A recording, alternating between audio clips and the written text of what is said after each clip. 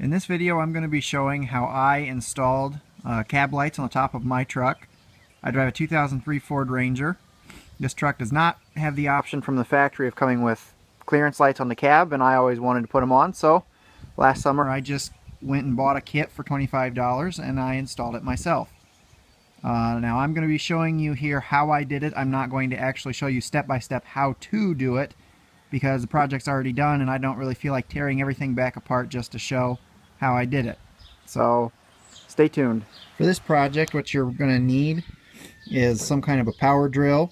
It's not necessary, but it really does help and it speeds things up. I used a Liquid Nails silicone sealant for after I drilled the holes in the cab roof. You're going to need some kind of a pencil or something you can make markings really light on the paint job on the roof of your truck for where your lights are going to be aligned and where your holes will be drilled. You'll need a Phillips head screwdriver. You'll need a 7/32 socket and a ratchet wrench, as well as any size you want tape measure.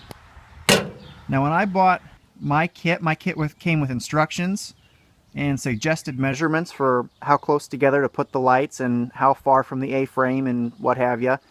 And that kit called for these 3 lights in the middle to be really close together and then have the 2 end lights stick out closer to the edges of the body.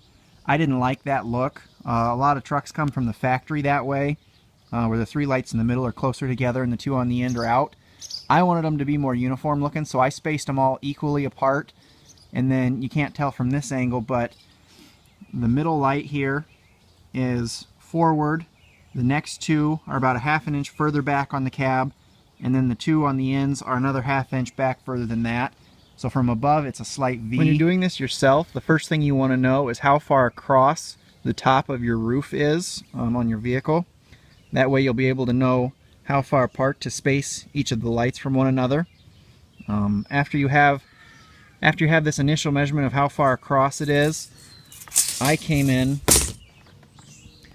and I wanted my first light on either side to be 1 inch from the edge of the roof. So this first light over here on the driver's side and the first one over there on the passenger side are both 1 inch in from the edge of the roof. When I figured out how many inches to put between each light, and I think that with my truck it was 5½ inches or something like that, 4½ inches. I then went all the way in to where I wanted my first light to be, and I measured. You can still kind of see it because I never took it away. I measured across the roof of the truck and made a real fine line, real faint line with a pencil, a carpenter's pencil, and found the exact middle point. You can see it there, the exact middle point of the roof, and came up 1 inch from the windshield. And that was where I put my first light. And then for each consecutive light, I just measured the 5½ inches, 6 inches, whatever it was, to the next light, and then 5½, 6 inches, whatever, to the following light down there. And then the same thing on this side, these lights. So they were all evenly spaced. And then the holes that I drilled in, let's see if I can get up a little higher. You can kind of see that they're in a V formation, where the center light is farthest forward on the cab, and then each light out from that is moved back by 1 inch.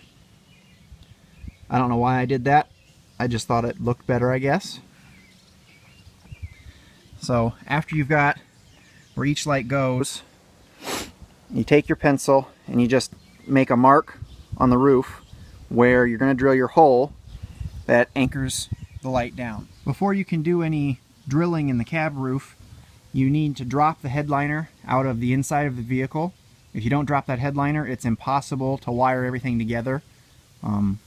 So for my truck, what you had to do to get that accomplished, in here on the driver's side, you had to take these 3 screws out over here on the sun visor, and then on the passenger side, same thing.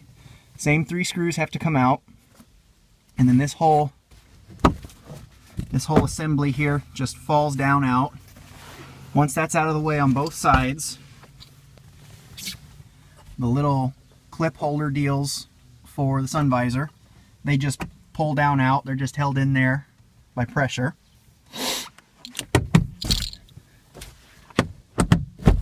Once that's out of the way, you come over here for your little handle, and you have to use a 7/32 socket to get up inside this little hole here. There's one at the top and there's one at the bottom. And you take out the 2 bolts that hold this in. On the driver's side there's one, and then over there on the passenger side there's one.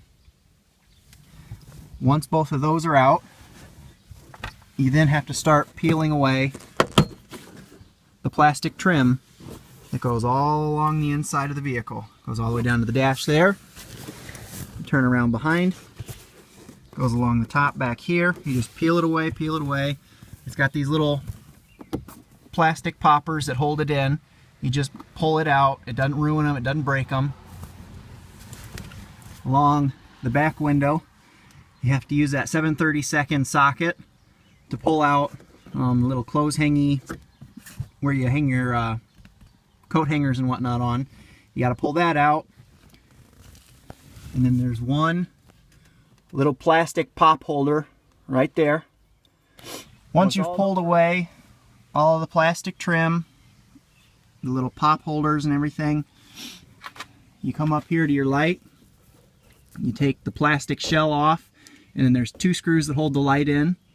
All you got to do is take those 2 screws out, and this entire assembly just comes away. Once that's taken care of, you've got both your sun visors out.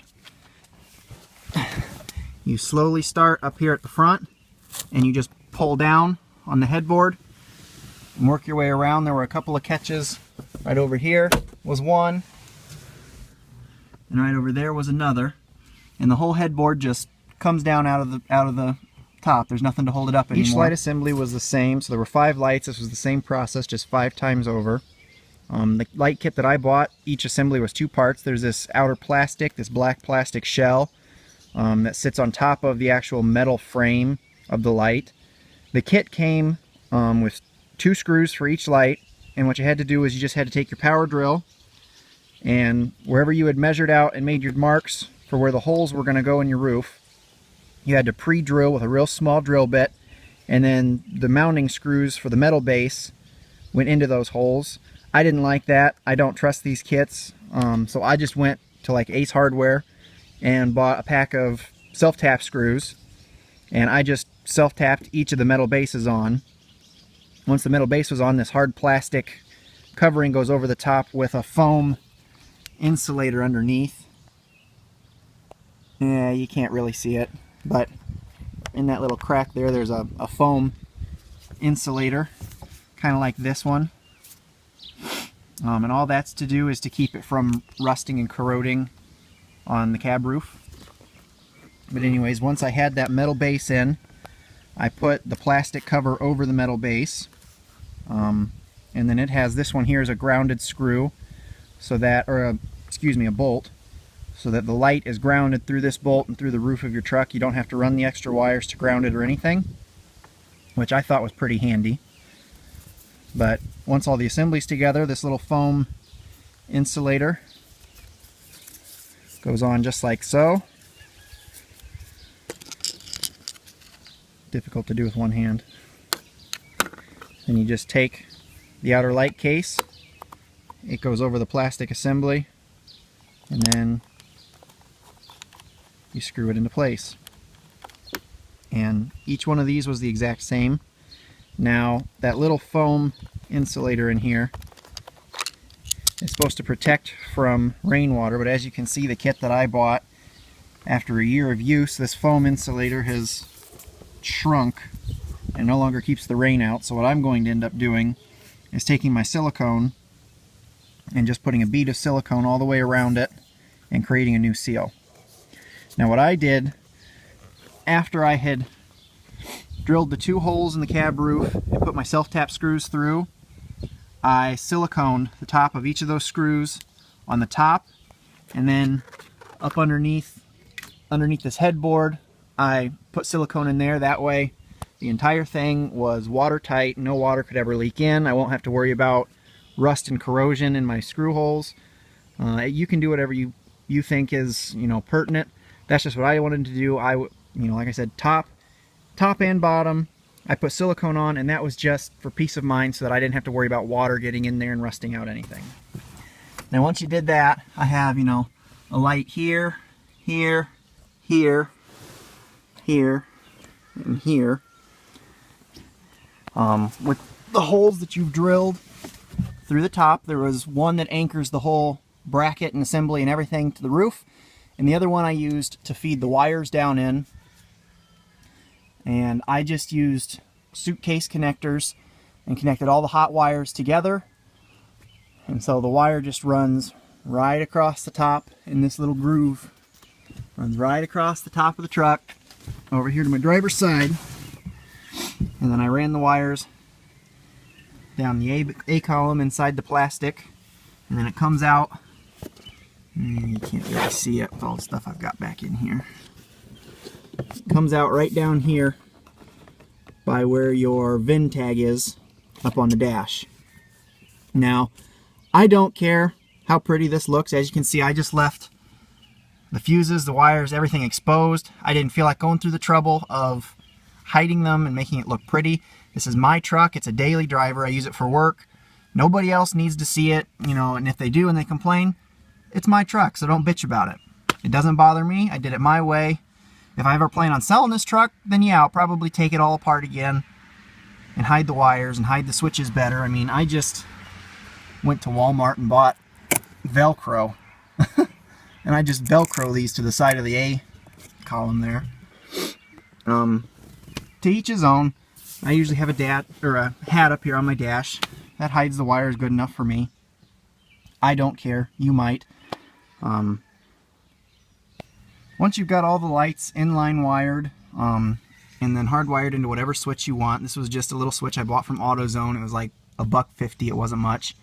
Once you get all that wired into this switch, your next step is to wire this switch either into your fuse panel here. In my truck, it's right on the side, driver's side. Or you can do what I did and bypass the fuse panel entirely. And you just take your wires.